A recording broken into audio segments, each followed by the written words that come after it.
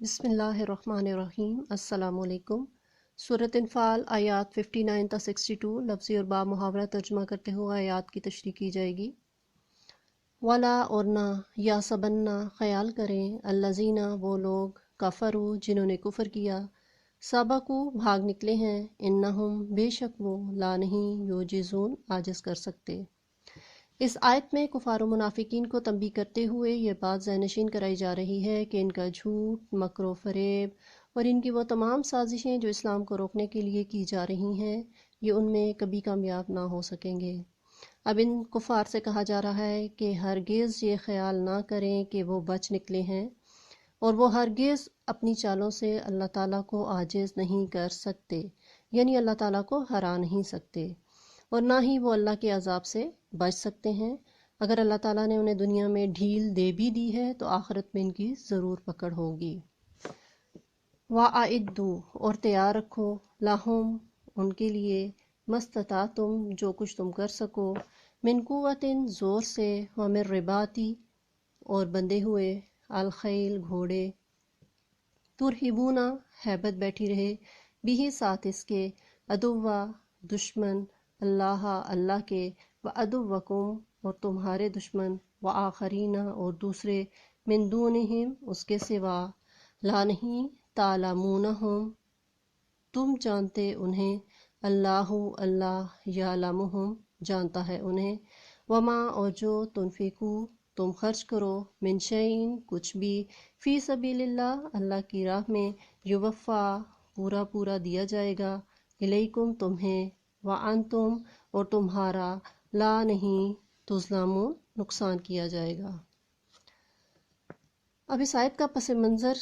کچھ اس طرح سے ہے کہ مسلمان جب مکہ میں کمزور تھے، کفار کے ظلم و ستم بڑھ چکے تھے، تو اللہ تعالیٰ نے مسلمانوں کو حکم دیا کہ وہ مکہ سے مدینہ ہجرت کر جائیں۔ جب مسلمان مکہ سے مدینہ ہجرت کر گئے تو اللہ تعالیٰ نے مسلمانوں کو جماعت کے ذریعے تقویت بخشی اور مسلمانوں کو حکم دیا کہ وہ اللہ کے دشمنوں سے جنگ کریں۔ تو اس آیت میں اسی غرض سے مسلمانوں کو جنگی سامان جمع کرنے کی ترغیب دی جا رہی ہے، اور جہاں تک ہو سکے۔ اب یہاں مسلمانوں کو عام حالات میں بھی دشمن سے مقابلہ کرنے کے لیے ہر وقت تیار رہنا چاہیے، اور جہاں تک ہو سکے جنگی اسلحہ تیار رکھنا چاہیے تاکہ حالات کے تقاضوں کے مطابق دشمن کا بھرپور طریقے سے مقابلہ کیا جا سکے۔ من قوت ومن رباط الخیل، اب یہاں پہ قوت کا لفظ عام اور جامع ہے۔ زمانہ قدیم میں جنگ لڑنے کے لیے گھوڑے، تیر اور تلوار وغیرہ استعمال کیے جاتے تھے۔ جنگی گھوڑوں کو خاص طور پہ اس مقصد کے لیے سدھارا جاتا تھا، لیکن آج کل کے اس جدید دور میں قوت سے مراد میزائل، ٹینک، بم، ریڈار سسٹم، جنگی جہاز اور بحری جنگ کے لیے آبدوزیں وغیرہ مراد ہیں۔ اب ساتھ ہی اتنی تیاری کا مقصد بتا دیا گیا ہے کہ جب اتنی تیاری کی جائے گی تو پھر اس کا فائدہ کیا ہوگا کہ اس سے تمہارے ظاہری اور تمہارے پوشیدہ دشمن بھی تم سے خوف کھائیں گے۔ وما تنفقوا من شیء فی سبیل اللہ، جہاد کی اس تیاری کی غرض سے جو لوگ اپنا مال اللہ کی راہ میں خرچ کریں گے وہ کبھی بھی ان کا یہ مال ضائع نہیں کیا جائے گا، بلکہ اس کا اللہ کی طرف سے پورا انہیں اجر ملے گا اور اس میں ذرا برابر کمی نہیں کی جائے گی۔ وَإِن اور اگر جانا ہوں وہ مائل ہوں للسلمی صلح کی طرف فجنا پس تم بھی مائل ہو جاؤ لہا اس کی طرف وتوکل اور بھروسہ رکھو اللہ اللہ پر انہو بے شک وہ ہوا وہی السمیع سننے والا ہے العلیم جانتا ہے۔ اب جنگ بدر میں فتح کے بعد مسلمانوں کی قوت و طاقت بڑھتی جا رہی تھی، جس سے کفار کی قوتیں خوف کھانے لگیں۔ تو اس صورتحال کو مد نظر رکھتے ہوئے مسلمانوں کو کہا جا رہا ہے کہ اگر یہ کافر حالات جنگ کے بجائے صلح کی طرف مائل ہونا چاہتے ہیں تو تمہیں بھی صلح کی طرف مائل ہو جانا چاہیے، ایسا کرنے میں کوئی حرج نہیں ہے۔ اب اگر صلح سے دشمن کا مقصد دھوکہ اور فریب دینا ہے تو پھر اللہ تعالیٰ کیا فرما رہا ہے؟ وَتَوَکَّلْ عَلَى اللَّهِ، کہ اللہ پر بھروسہ رکھو، کہ اگر ان کا مقصد دھوکہ اور فریب دینا ہے تو تب بھی گھبرانے کی ضرورت نہیں ہے، بلکہ تمہارا پورا بھروسہ اللہ کی ذات پر ہونا چاہیے۔ اِنَّهُ هُوَ السَّمِيعُ الْعَلِيمُ، بے شک وہ سنتا اور جانتا ہے۔ یعنی یہاں پہ اللہ تعالیٰ کی دو صفات بیان کی گئی ہیں جس کی بدولت اللہ تعالیٰ دشمن کے فریب سے تمہیں محفوظ رکھے گا اور تمہاری ہر طرح سے مدد فرمائے گا۔ وَإِن، اور اگر،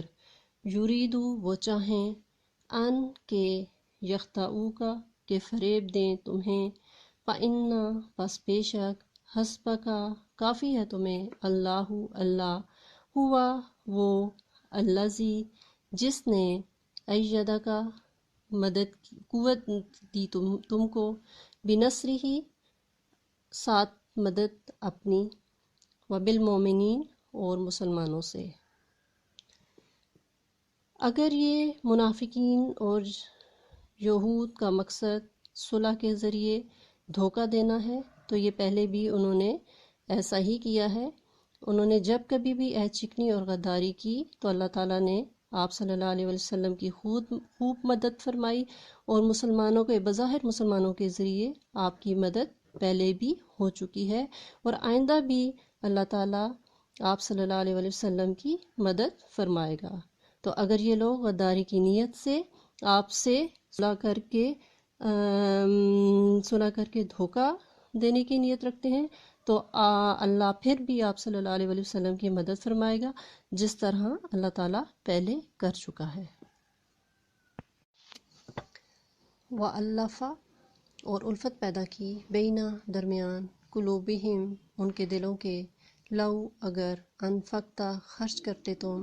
ما، جو، فی الارض، زمین میں ہے، جمیعاً، سب کچھ، ما، نہ، الفتا، الفت پیدا کر سکتے تم، بینہ، درمیان، قلوبہم، ان کے دلوں کے، ولیکن، اور لیکن، اللہ، اللہ نے، الفا، الفت ڈالی، بینہم، ان کے درمیان، انہو، بے شک وہ، عزیز،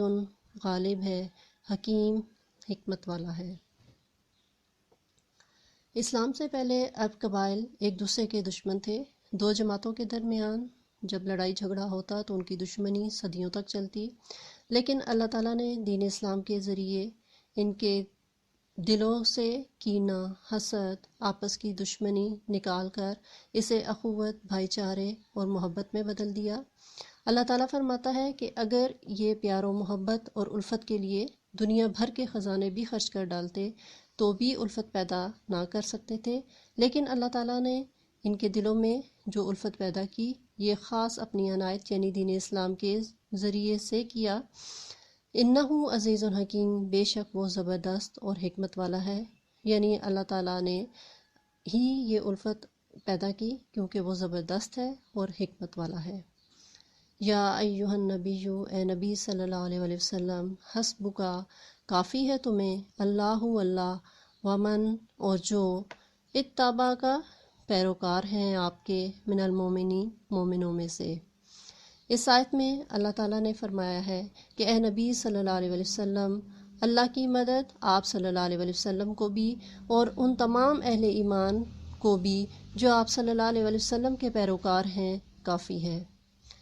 بس اس آیت میں اہل ایمان کی عظمت شان کا اندازہ کیا جا سکتا ہے کہ ایمان ہی کی بدولت اللہ تعالیٰ نے انسان کو کہاں سے کہاں پہنچا دیا۔